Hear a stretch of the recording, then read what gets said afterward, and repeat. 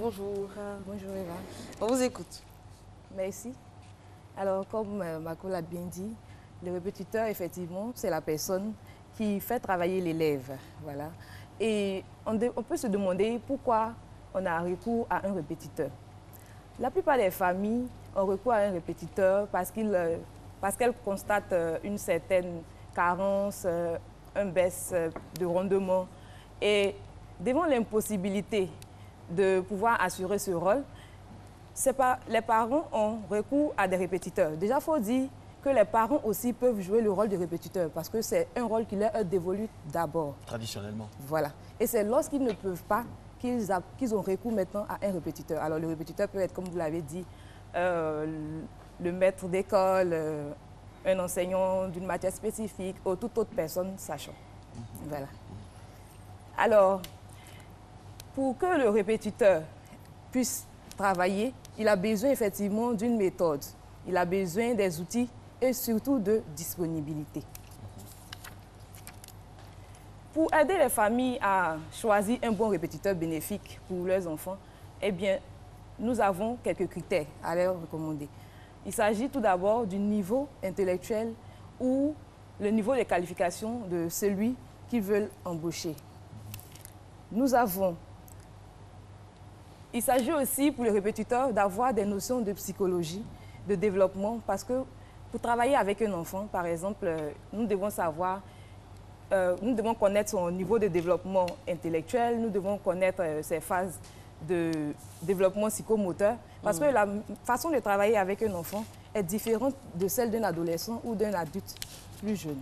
Voilà, d'un jeune adulte. Alors, il y a toujours cette psychose, hein, quand on était gamin, même après, hein, quand le répétiteur doit venir, il y a cette psychose, on a peur, on va se cacher. On va se cacher, il faut nous trimballer pour venir. Alors, qu'est-ce qu'il faut faire? Est-ce qu'il n'y a pas une dose de psychologie pour faire comprendre à l'enfant que ce moment, c'est très important, il faut l'aimer au fait, finalement? Effectivement.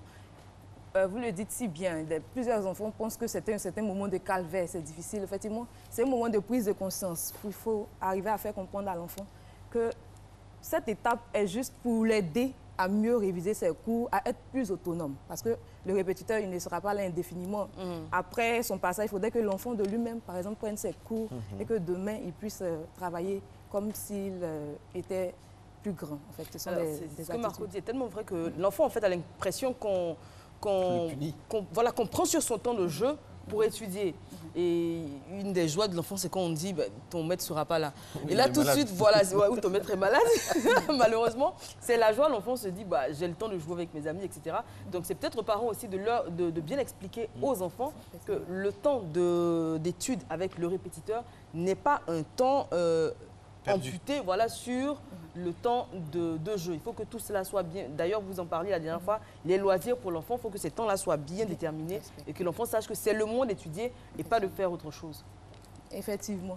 C'est pourquoi, comme nous l'avons dit la dernière fois, il faut aider l'enfant aussi à se donner un rythme de travail. Donc, il y a un temps pour le jeu, un temps d'étude et ensuite un temps pour toute autre chose, les loisirs et tout ça. Et ce que vous dites est très important au niveau du rôle des parents, parce que les premiers répétiteurs, ce sont les parents. Moi, je connais une dame qui ne sait ni lire ni écrire, mais de façon psychologique, ses enfants ne le savent pas. Hein. De façon psychologique, oui, quand ils finissent avec le répétiteur, elle vient, elle fait semblant de vérifier. Et franchement, c'est bluffant et ça marche. Et ça marche. Et à force de le faire, lorsqu'elle voit des coquilles, par exemple pour l'écriture, ou même pour les frises, par exemple, elle peut intervenir. C'est très important. En fait, c'est pour parler du côté du contrôle des parents. Quel que soit le répétiteur, même si c'est Bill Gates, il faut que le parent puisse contrôler quand même. Effectivement. Alors, ce qui me fait dire que vous avez, en le disant, parlé du rôle du répétiteur. Effectivement, le répétiteur, même si le répétiteur peut être le parent, peut être un frère, un oncle, peut être une personne extérieure, il a le devoir, effectivement, de vérifier les cours, de vérifier que les prises de notes ont été bien faites, de regarder le cahier de l'enfant. Il a un rôle de surveillance, voilà. Et lorsque tout cela est respecté, l'enfant arrive déjà, petit à petit, à être plus autonome. Vous-même, vous avez eu un répétiteur? J'ai eu effectivement quelques fois. Il s'appelait comment le premier répétiteur? Il s'appelle comment? Il s'appelait M. Basile. Généralement, il y a des noms comme ça. Oui, et bien vous avez... Oui, M. Kossa Laurent, que j'ai eu pendant toute mon enfance à Boaké. D'ailleurs, s'il me regarde, je lui fais un coucou, il était super. J'aimerais d'ailleurs le retrouver, hein. Pourquoi pas. Sur ma page Facebook, M. Kossa, si vous êtes à l'écoute. Ah, il va venir faire les cours, hein. Et puis par contre, si je peux me permettre de lancer un appel, mon professeur de français en 6e qui s'appelle, j'espère toujours, Monsieur Esmel Millet Pierre. C'est lui qui m'a donné l'amour des lettres et franchement, j'aimerais le retrouver. C'était à Boaké, Monsieur Esmel Millet Pierre. Si vous le connaissez ou franchement, si vous pouvez me permettre de rentrer en contact avec lui, j'aimerais trop le revoir. Et moi, j'ai une pensée ce matin de façon très solennelle à tous les professeurs qui m'ont maltraité. Alors, ça n'a pas été facile, mais on y est arrivé un peu quand même. C'est pas évident. Alors, pour continuer sur les répétiteurs. Tout ça? Effectivement. J'aimerais dire que l'accompagnement et le soutien scolaire l'accompagnement et le soutien scolaire exigent du répétiteur donc une méthode, des outils de travail et surtout de la disponibilité. Voilà. Aussi, le répétiteur ne devra pas, par exemple, introduire de nouveaux cours dans l'apprentissage de l'enfant. Voilà. Il a le devoir de répéter ce qui a été fait en classe pour éviter d'embrouiller l'enfant. Alors, donc, on se dit souvent, quand l'enfant comprend déjà ce qui s'est passé, on aimerait bien lui donner de l'avance. Donc, on apprend de nouvelles choses. Mais là, vous le déconseillez. Je le déconseille, effectivement, parce qu'on a dit le répéteur, c'est celui qui répète. La définition même, c'est celui qui répète. Donc, si quelque chose n'a pas été fait au préalable, comment voulez-vous qu'il arrive à le répéter? Voilà, donc c'est un peu, je vais dire, avec l'âge, il pourra lui-même facilement peut-être apprendre, préparer ses cours, mais déjà, il a le devoir de répéter, de permettre à l'enfant de mieux comprendre ce qui a été fait en classe. D'accord. Okay. Mais et par exemple, je prends un cas concret. Le répétiteur constate que l'enfant zozote ou bien qu'il a des problèmes de diction. Et qui il lui prescrit, entre guillemets, hein, des exercices, par exemple, avec le stylo, tout ça. Ça ne fait pas partie du cursus, mais ça, c'est utile. Déjà, je ne vais pas dire que l'enfant qui zozote, on doit chercher d'abord à savoir est-ce que ce n'est pas un problème organique, est-ce que c'est quelque chose qui peut se passer déjà avant de lui donner des cours. Le répétiteur doit s'en tenir. Si ça peut aider. Bon, je vais dire. En Parce fait, que quelque part, ça bloque son cours aussi. Oui, mais il y a un risque aussi de perturber l'enfant. Il doit s'en tenir au programme. Parce que les enseignants, par exemple, travaillent avec un programme bien défini annuellement. Et c'est ce programme-là qu'il faut respecter. C'est pourquoi aussi les répétiteurs doivent suivre, comme on le dit, le programme fait en classe. Donc, ils doivent soit s'attacher aux parents pour savoir quel peut être le problème de l'enfant, ou même, si possible, rencontrer l'enseignant de l'enfant et travailler en fonction de ses difficultés. Très bien. Ouais. Alors, à quel moment, quel est le niveau d'intervention des parents? Jusqu'où les parents peuvent intervenir? Est-ce qu'à un moment, sur quoi ils peuvent se baser pour dire que ce répétiteur-là est mieux qu'un autre? Le fait qu'il vienne à l'heure, le fait qu'il est novateur, c'est quoi, en définitive? D'abord, déjà, par la personnalité du répétiteur. Est-ce que c'est quelqu'un de patient? Est-ce que c'est quelqu'un qui n'écrit pas? Est-ce que c'est quelqu'un qui a eu à faire des progrès? Parce que les parents ont le devoir de demander un rapport à l'enseignant pour savoir est-ce que depuis que j'ai pris par exemple cet enfant X, quelle a été l'évolution, qu'est-ce qui a marqué vraiment, je vais dire, il doit justifier un peu son salaire. Pourquoi il prend ce dernier, voilà. Et puis, les parents même peuvent vérifier avec le bulletin de notes. Hein, s'il y a une évolution dans ses notes, c'est que le répétiteur apporte vraiment quelque chose. Sinon, peut-être que la méthode n'est pas bonne, peut-être que le feeling ne passe pas entre eux. Ce n'est pas forcément que le répétiteur est mauvais. Effectivement. Et puis, j'aimerais souligner aussi que les parents ont droit de regard. Voilà. Ils ne doivent pas laisser le répétiteur travailler tout seul.